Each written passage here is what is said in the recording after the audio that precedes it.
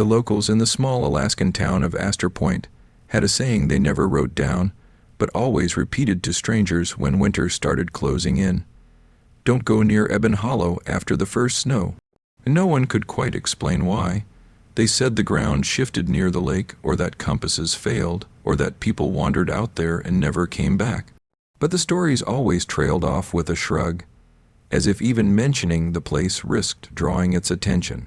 Ben Carter didn't believe any of it. He'd moved north to escape something far less supernatural, an ugly divorce, and a failing career as a journalist.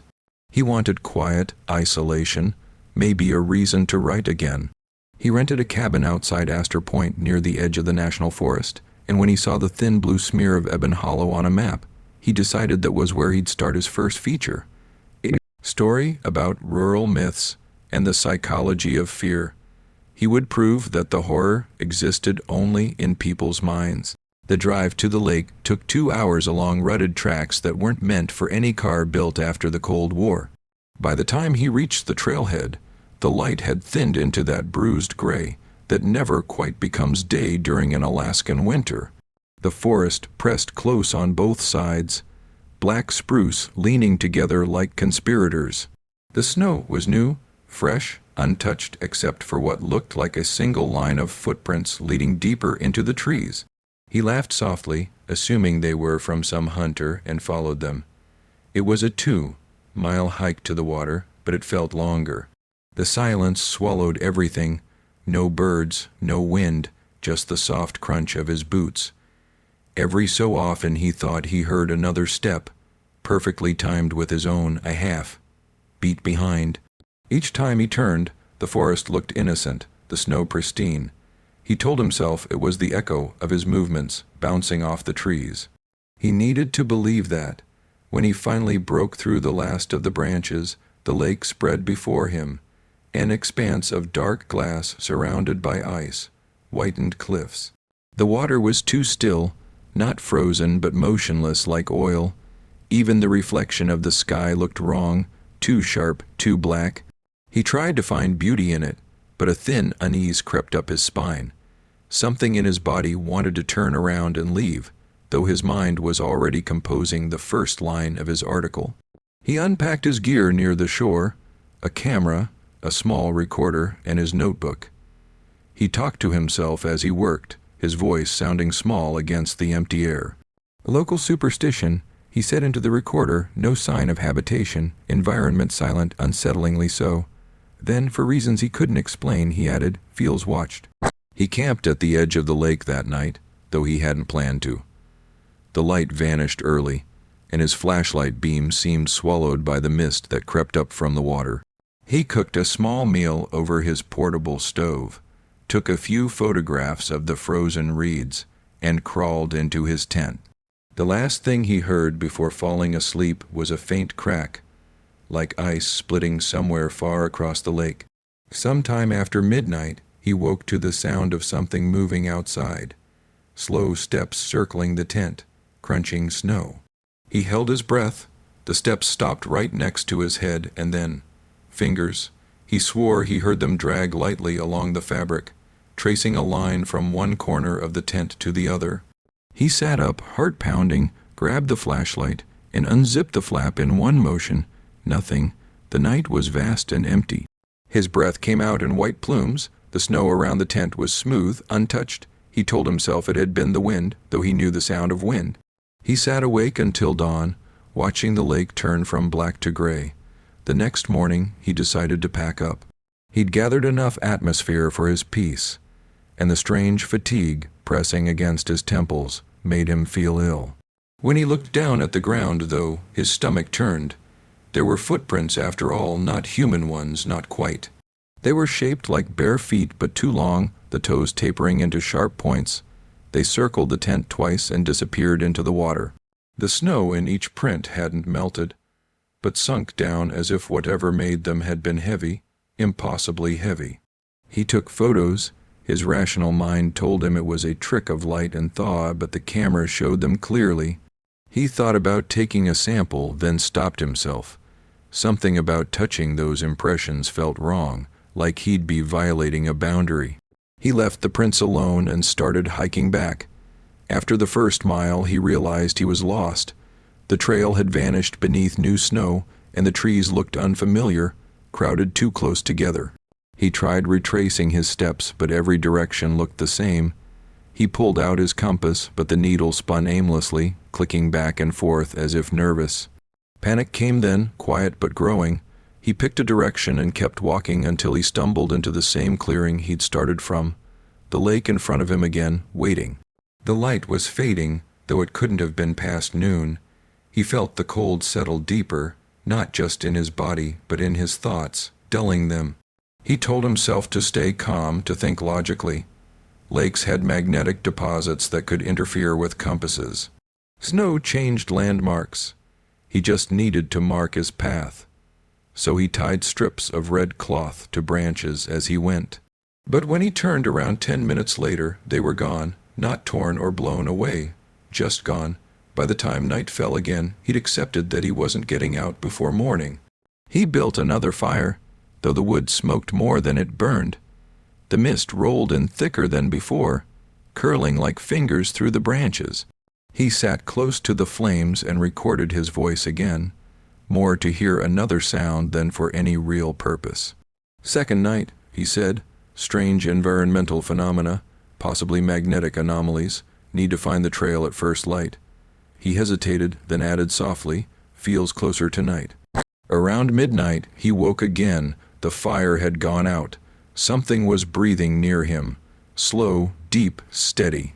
Not animal breathing, but human, too controlled. He didn't move. He just listened. The sound circled once, paused, and then a low whisper brushed past his ear. It wasn't words, exactly, more the shape of speech, as if someone were trying to remember how to talk. He turned the flashlight on, and the beam caught movement, something tall slipping behind a tree, pale against the blackness. His brain tried to find sense, a reflection, a trick, a dream, but the prints in the snow were back, fresh, leading right up to him. At dawn, the mist cleared. He packed his things mechanically. His camera was gone, his recorder crushed, as though stepped on. The tent poles were bent in half. He didn't remember hearing any of it happen. He set out again, forcing himself to focus on direction, pacing, time. After several hours, he saw something new, a cabin, small, half collapsed near the ridge. Relief flooded him so fast it made him dizzy. He ran to it, stumbled through the door. Inside, the air was heavy and stale, smelling of rot. Animal bones hung from the rafters, strung like charms. On the far wall, carved into the wood, were words in uneven block letters. "You were never alone." Beneath them, dozens of small notches cut into the wood. Tallies, he counted 19. He sat down on the floor, shaking. The wind howled outside, though the trees were still. He looked for clues, tools, maps, anything. In the corner was a journal wrapped in oilskin. The pages were damp but legible. The handwriting was erratic, desperate. The first entry was dated 1979, Day 3, lost near Ebon Hollow, hearing voices at night.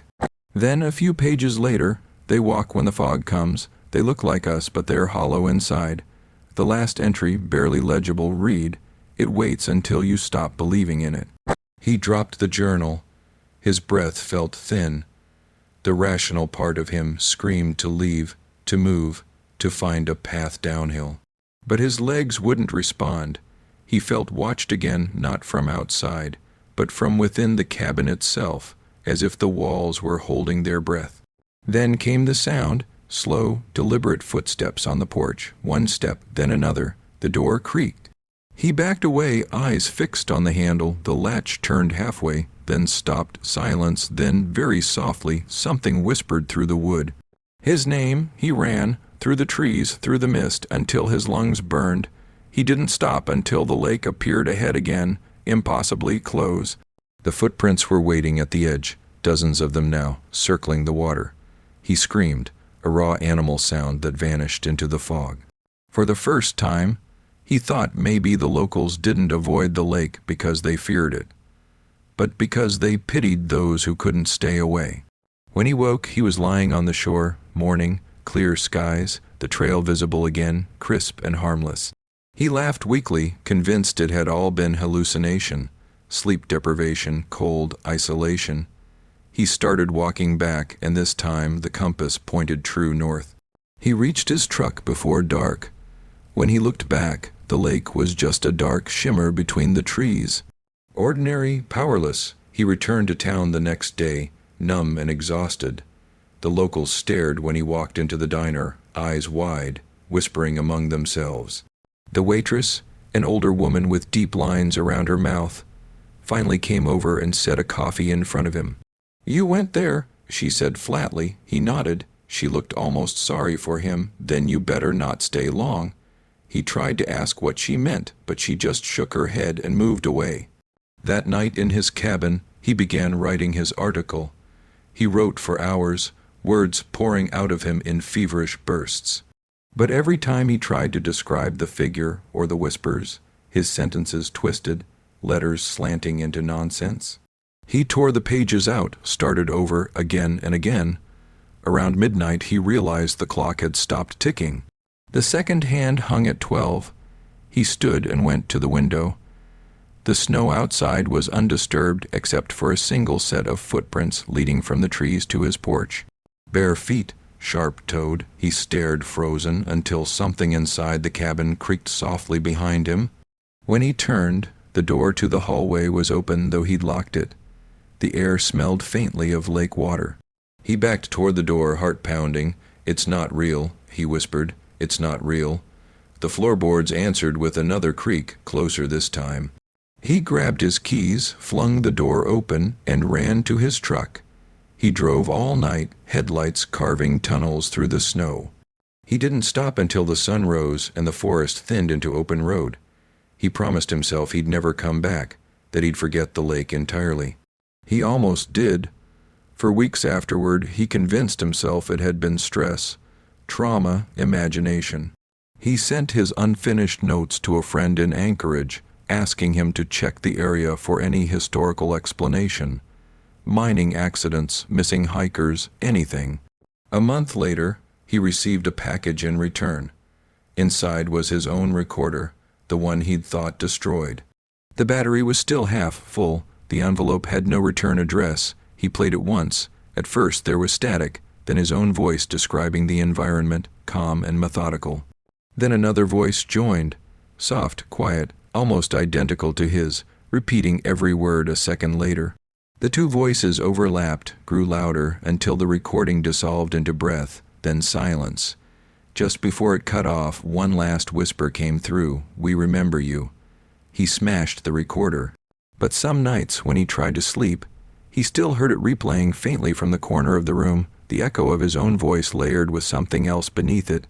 Something learning to sound human. He left Alaska the following spring. The article was never published. The cabin was sold. Years later, hikers found it abandoned again, half buried by snow. On the wall above the desk, someone had carved 19 new tallies beside the old ones. No one could say who made them. The sheriff said it was vandals. The locals didn't answer at all. They just muttered the same warning every winter when the first snow fell, to anyone foolish enough to listen. Don't go near Ebon Hollow after the first snow. And if you ask them why, they'll look past you, eyes unfocused, as if remembering a sound they can't forget. And they'll say quietly, because it remembers you too.